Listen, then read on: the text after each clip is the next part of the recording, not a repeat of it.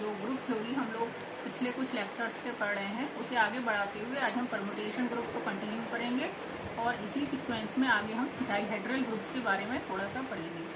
ठीक है, तो परमुटेशन ग्रुप में ट्रांसपोजिशन के बारे में मैंने लास्ट लेक्चर में बताया था, तो आज हम इसके आगे कंटिन्यू करते हैं और देखते हैं कि ग्रुप ऑफ इवन परमुटेशंस क्या ग्रुप ऑफ परमुटेशंस का एक सब ग्रुप फॉर्म करता है या नहीं करता। तो इवन और ऑड परमुटेशंस का क्लासिफिकेशन देखते हैं और आगे ये देखते हैं कि उनकी क्या क्या प्रॉपर्टीज होती हैं और उनमें से अल्टरनेटिव ग्रुप बोलते हैं इवन परमुटेशंस के ग्रुप को, कि वो किस तरीके से टोटल परमुटेशंस के ग्रुप का एक सब ग्रुप फॉर्म करता है। ठीक है, तो let's start with today's lecture, even and odd permutation.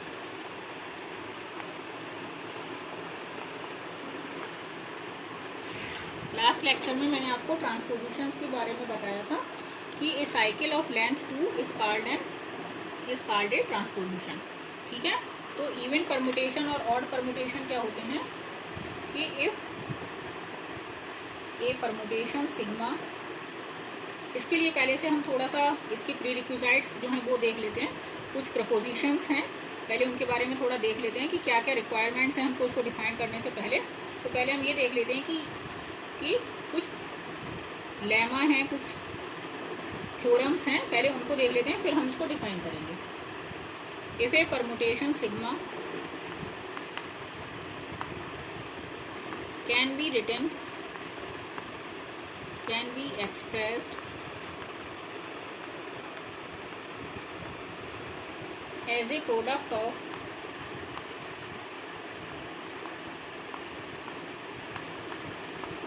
an even number of transpositions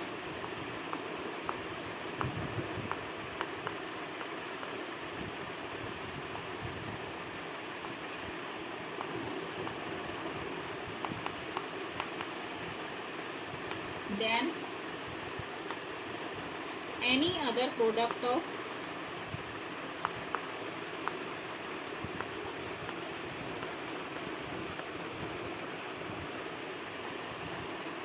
transposition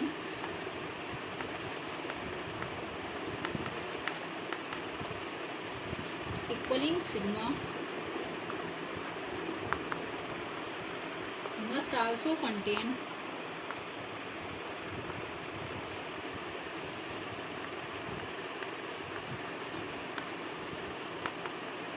an even number of transpositions.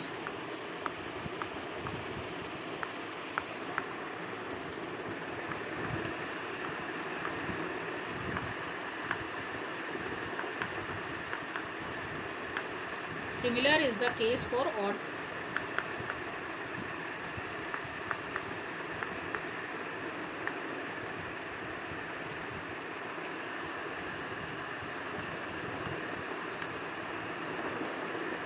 इसका मतलब क्या हुआ इस थ्योरम का? हम ये नहीं कह रहे हैं कि सिग्मा, यदि हम कह रहे हैं कि यदि कोई परमुटेशन है सिग्मा जिसको हमने ट्रांसपोजिशंस के प्रोडक्ट के तौर पे लिखा है और उस प्रोडक्ट में जो ट्रांसपोजिशंस की गिनती है वो कैसी है, इवन है।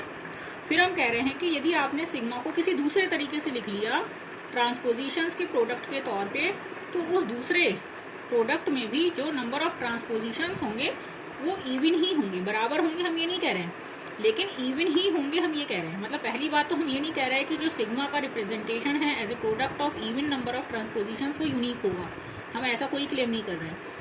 ट्रांसपोजिशंस के प्रोडक्ट के तौर पर सिग्मा को कई तरीके से लिखा जा सकता है, लेकिन उस हर रिप्रेजेंटेशन में नंबर ऑफ ट्रांसपोजिशंस यदि एक बार इवन है तो वो हर बार इवन ही होंगे, और सिमिलरली यदि नंबर ऑफ ट्रांसपोजिशंस एक बार ऑड आ गए हैं तो वो हर बार ऑड ही आएंगे।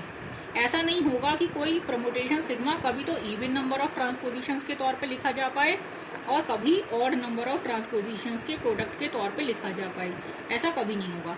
या तो हर रिप्रेजेंटेशन में नंबर ऑफ ट्रांसपोजिशंस इवन रहेंगे, या फिर हर जो प्रोडक्ट है हमारा, जो रिप्रेजेंटेशन है सिग्मा का प्रोडक्ट ऑफ ट्रांसपोजिशंस के तौर पे, उसमें जो नंबर ऑफ ट्रांसपोजिशंस है वो हमेशा ऑड रहेंगे, कभी इवन कभी ऑड, ऐसा कभी केस नहीं होगा। तो ये एक बहुत इंपॉर्टेंट थ्योरम है और इसी के बेसिस पे फिर हम इवन परमुटेशन और ऑड परमुटेशन को डिफाइन करते हैं। कैसे डिफाइन करते हैं? इवन परमुटेशन उसे कहते हैं कि जिसको जब हम ट्रांसपोजिशंस के प्रोडक्ट के तौर पे लिखें तो नंबर ऑफ ट्रांसपोजिशंस कैसे हो, इवन हो, तो उसे हम क्या नाम दे देते हैं, इवन परमुटेशन। और यदि नंबर ऑफ ट्रांसपोजिशंस कैसे हैं, ऑड हैं सिग्मा के रिप्रेजेंटेशन में, तो हम उसको बोल देते हैं ऑड परमुटेशन। ठीक है, तो यानी कि कोई ऐसा कभी नहीं होगा कि कोई परमुटेशन सिग्मा कभी इवन हो जाए और कभी ऑड हो जाए, ऐसा कभी नहीं होगा। ठीक है, या तो वो हमेशा इवन होगा या वो हमेशा ऑड होगा, कोई एम्बिग्विटी नहीं होगी कभी भी कि वो परमुटेशन मतलब कभी इवन और कभी ऑड की तरह बिहेव करे, ऐसा कभी नहीं होगा। यदि नंबर ऑफ ट्रांसपोजिशंस इवन है then they are always even, if number of transpositions are odd then they are always odd. Okay,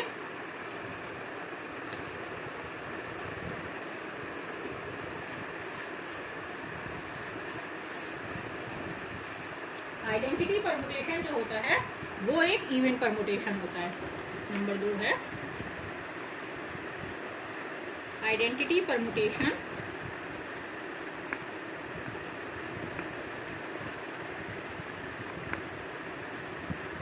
is an even permutation।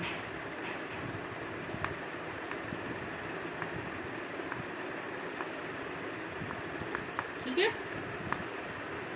Identity को आप सिंपली देखिए, नंबर ऑफ ट्रांसपोजिशन यदि 2 ही ले लें और सिमिलर ले लें, एक सी ही ले लें, तो उसके प्रोडक्ट के तौर पे आप आई को लिख सकते हैं। और हमने पीछे देखा था कि नंबर ऑफ ट्रांसपोजिशंस किसी भी सिग्मा के रिप्रेजेंटेशन में या तो हमेशा इवन होती हैं या हमेशा ऑड होती हैं। तो क्योंकि ये एक बार इवन हो गया तो ये हमेशा इवन ही रहता है, इसलिए आई क्या होता है, एक इवन परमुटेशन होता है। जैसे आप 1 to 1 2 का ही प्रोडक्ट करेंगे आप, तो ये क्या कर रहा है, 1 की इमेज 2 पे, 2 की इमेज 1 पे, तो ये वापस वही काम कर रहा है, 1 की इमेज 2 पे, 2 की इमेज 1 और बाकी सारी अनचेंज। तो इसमें प्रोडक्ट में क्या होगा, 1 की इमेज 1 पे आ जाएगी लौट के और 2 की इमेज 2 पे आ जाएगी। और बाकी सारी तो वैसे ही अनचेंज थी, तो यानी कि ये क्या हो जाएगा, आइडेंटिटी परमुटेशन हो जाएगा किसी भी एसएन पे। आई एसएन में बिलोंग करता है और एन क्या है, ग्रेटर देन और इक्वल टू 2 है, कम से कम 2 एलिमेंट्स तो हैं एन। ठीक है, तो आइडेंटिटी कैसा है, एक इवन परमुटेशन है। अब हम डिफाइन करते हैं अल्टरनेटिंग ग्रुप जो हमारा, अच्छा उसके पहले हमें ये देखना पड़ेगा कि नंबर ऑफ इवन परमुटेशंस क्या होते हैं, वो नंबर ऑफ ऑड परमुटेशंस के बराबर होते हैं। तीसरा थ्योरम का स्टेटमेंट मान सकते हैं आप इसे, the number of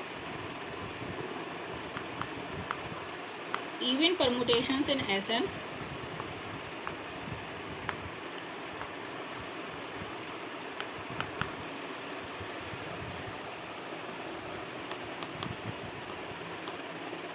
is equal to number of odd permutations।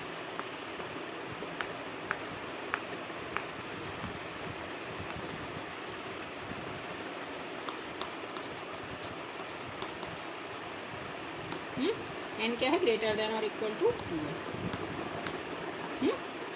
जो एसएन में जो इवन परमुटेशंस की संख्या होती है वो ऑड परमुटेशंस की संख्या के बराबर है।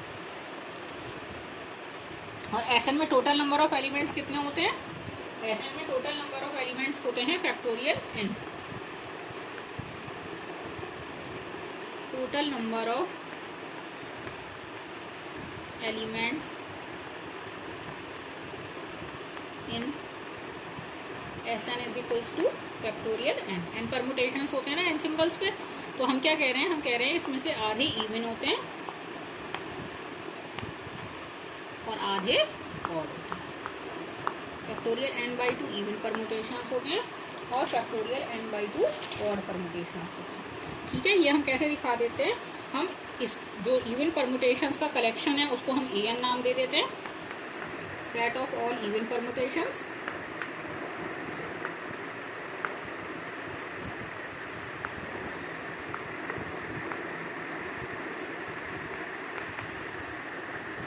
और bn नाम दे देते हैं हम set of all odd permutations को।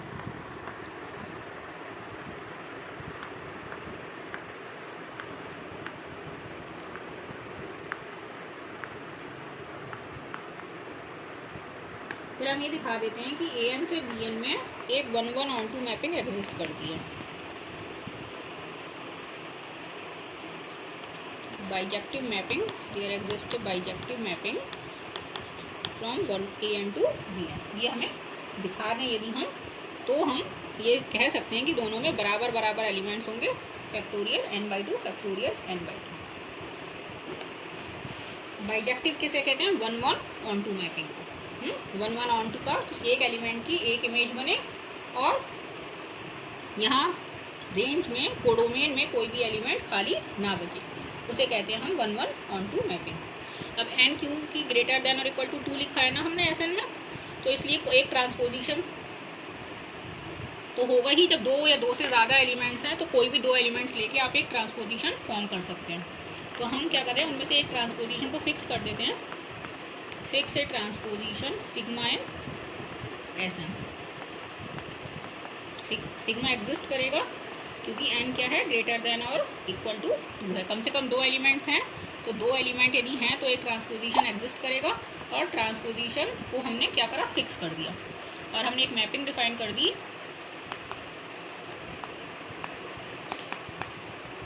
AN से BN में,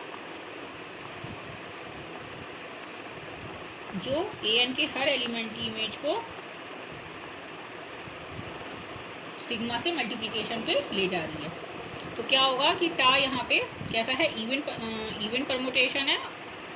तो हमें ये देखना है कि टा सिग्मा क्या हो जाएगा, ऑड परमुटेशन हो जाएगा। क्यों?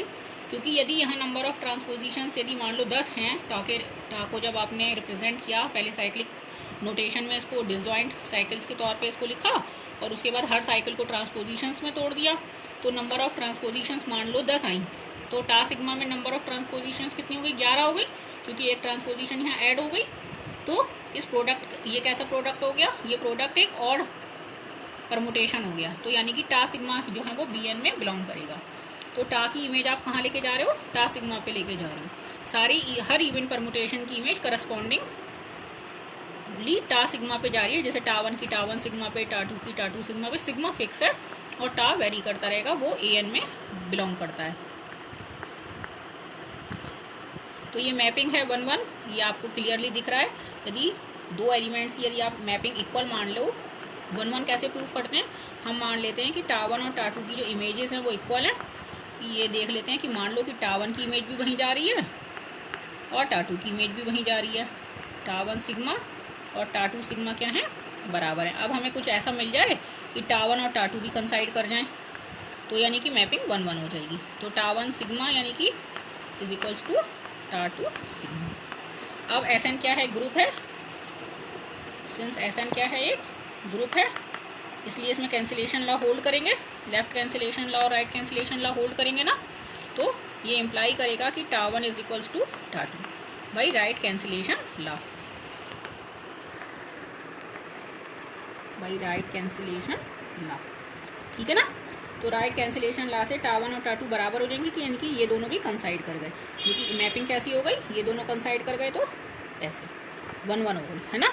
और फिर अब हम दिखाना है कि मैपिंग ऑन टू है। मैपिंग ऑन टू के लिए क्या कहने का मतलब है कि BN में यदि कोई इमेज है, कोई एलिमेंट है, तो वो AN के किसी ना किसी एलिमेंट की इमेज है। BN का कोई भी एलिमेंट खाली नहीं है ना। कोडोमेन में हमारा कोई भी एलिमेंट खाली नहीं रहना चाहिए, तो उस मैपिंग को हम ऑन टू मैपिंग कहते हैं। तो हम BN में कोई एलिमेंट कंसीडर कर देते हैं, म्यू कंसीडर कर लेते हैं। लेट म्यू बिलोंग करता है BN में। तो ये कैसा होगा, म्यू ऑड परमुटेशन होगा, यानी कि इसको जब आपने ट्रांसपोजिशंस के तौर पे लिखा होगा तो ये इसमें नंबर ऑफ ट्रांसपोजिशंस कितने होंगे, ऑड होंगे। अब सिग्मा क्योंकि SN में बिलोंग करता है, तो इसका इन्वर्स भी SN में बिलोंग करेगा। और एक खास बात, ट्रांसपोजिशन जो होता है वो अपना इन्वर्स खुद ही होता है। Sigma is equals to sigma inverse होगा, बिकॉज सिग्मा क्या है, एक ट्रांसपोजिशन है। Sigma is a transposition. दो एलिमेंट ही होते हैं ना ट्रांसपोजिशन में, कि 1 को जैसे 2 पे ले जा रहा है, 2 को 1 पे ले जा रहा है, तो उसका इन्वर्स क्या होगा, वही वापस ले आए। ये 1 को 2 पे ले जा रहा है और 2 को ये आप यहाँ से 1 पे ले जा रहे हैं, ये ट्रांसपोजिशन है मान लो, है। तो इसका इन्वर्स अब आपको क्या चाहिए, आपको यही काम दोबारा करा दें आप एक बार, वापस 1 को 2 पे ले जाएं और 2 को 1 पे ले आए और इन दोनों की मल्टीप्लाई कर दो। ये क्या करा, 1 को 2 पे ले गया, ये 2 को 1 पे ले आया फिर से। तो रिजल्ट क्या निकला कि 1 पे आ गया। ये 2 को 1 पे लेके गया, 1 को आप फिर 1 से 2 पे ले आए, तो 2 क्या हुआ, 2 पे वापस आ गया। तो सिग्मा का इन्वर्स क्या होता है, खुद ही होता है। यदि ट्रांसपोजिशन है तो वो अपना खुद का इन्वर्स होता है। तो सिग्मा इन्वर्स एसएन में बिलोंग करेगा और इनफैक्ट सिग्मा इन्वर्स क्या होगा, सिग्मा के इक्वल होगा। तो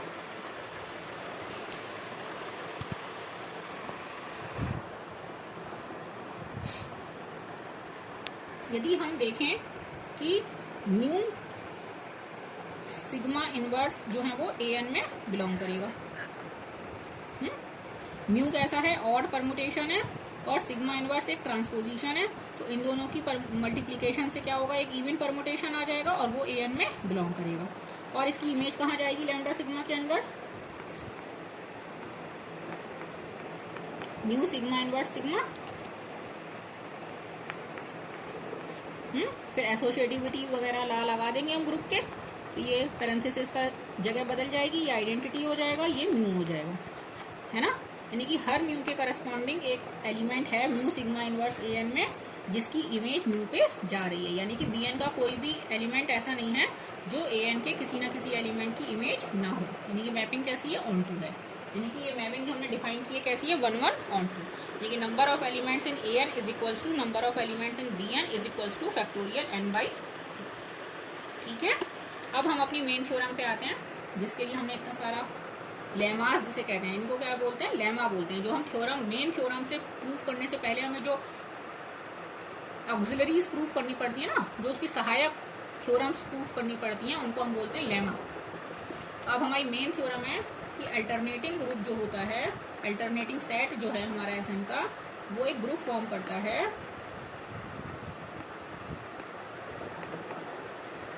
फॉर्म से सब ग्रुप ऑफ एसएन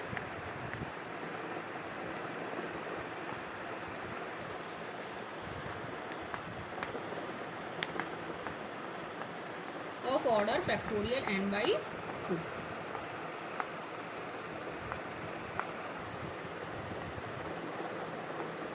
तो अब इसका प्रूफ देख लेते हैं। अल्टरनेटिंग सेट में हमारे कौन से परमुटेशंस थे, इवन परमुटेशंस थे। तो हमें ग्रुप प्रूफ करने के लिए क्या प्रूफ करना पड़ेगा, इसको सब ग्रुप प्रूफ करने के लिए हम सिंपल वाला जो हमने पीछे थ्योरम प्रूफ करी थी कि यदि ए एच में है, बी एच में है, तो हम ए बी इनवर्स एच में है ये प्रूफ कर दें, है ना।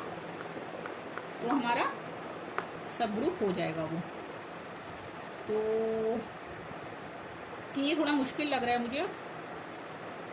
इवन परमुटेशन का इन्वर्स भी इवन होता है वैसे तो, लेकिन चलो हम उसको सिंपल यदि बेसिक तरीके से ही प्रूफ करें तो वो ज़्यादा आसान है। इस टाइम हम क्लोजर वगैरह देख लेते हैं, इस सब में इसमें होल्ड हो रही हैं। तो क्लोजर क्या है, पहली प्रॉपर्टी कि दो इवन परमुटेशंस का प्रोडक्ट कैसा होना चाहिए, इवन होना चाहिए। तो वो कोई इशू नहीं है। जैसे दो इवन इंटीजर्स का सम क्या होता है, इवन इंटीजर होता है, वैसे ही दो इवन परमुटेशंस का प्रोडक्ट क्या इवन परमुटेशन हो जाएगा। जैसे मान लो एक आपने लिखा उसमें 10 ट्रांसपोजिशंस आए, दूसरे में 12 आए, तो टोटल कितने हो जाएंगे 22, यानी कि इवन ही रहेंगे। Even plus even is equals to even. Integers की जो प्रॉपर्टी है उसी से फॉलो हो जाएगा ये कि दो इवन परमुटेशंस का जो प्रोडक्ट है वो इवन परमुटेशन रहेगा। तो क्लोजर लॉ होल्ड हो जाएगी। एसोसिएटिव कोई प्रॉब्लम नहीं है। मल्टीप्लिकेशन ऑफ परमुटेशंस जो होता है इन जनरल एसएन में एसोसिएटिव होता है, तो वो एएन में भी एसोसिएटिव हो जाएगा।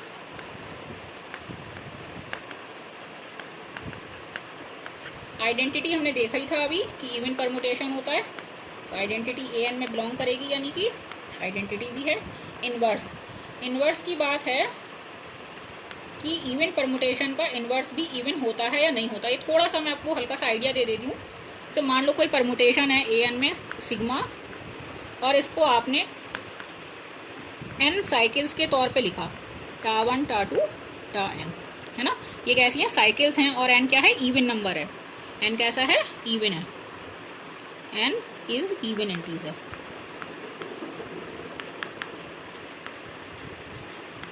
तो सिग्मा इनवर्स क्या होगा, रिवर्सल लॉ पढ़ा था आपने ग्रुप थ्योरी में कि दो प्रोडक्ट का जो इनवर्स होता है वो उनका रिवर्स होता है। और तो इन सब का इनवर्स क्या हो जाएगा, टा n इनवर्स, टा n minus 1 inverse and so on करके टा2 इनवर्स और टा1 इनवर्स, है ना। और अभी हमने पीछे देखा था कि ट्रांसपोजिशन का इनवर्स वो खुद होता है।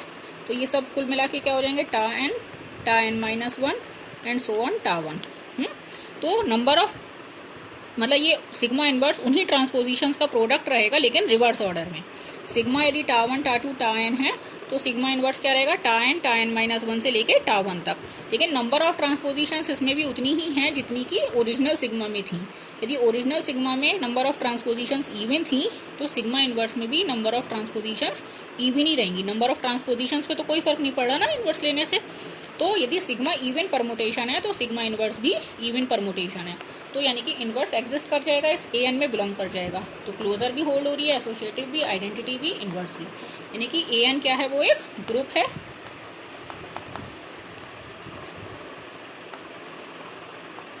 और ए एन एस एन के अंदर है, एस एन का सबसेट है और उसी बाइनरी ऑपरेशन के रेस्पेक्ट में ग्रुप फॉर्म करता है, जिस बाइनरी ऑपरेशन के रेस्पेक्ट में एस एन ग्रुप फॉर्म करता है।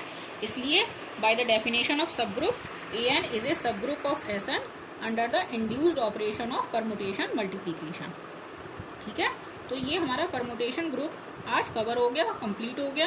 अब हमें डायहेड्रल ग्रुप्स के बारे में पढ़ना है।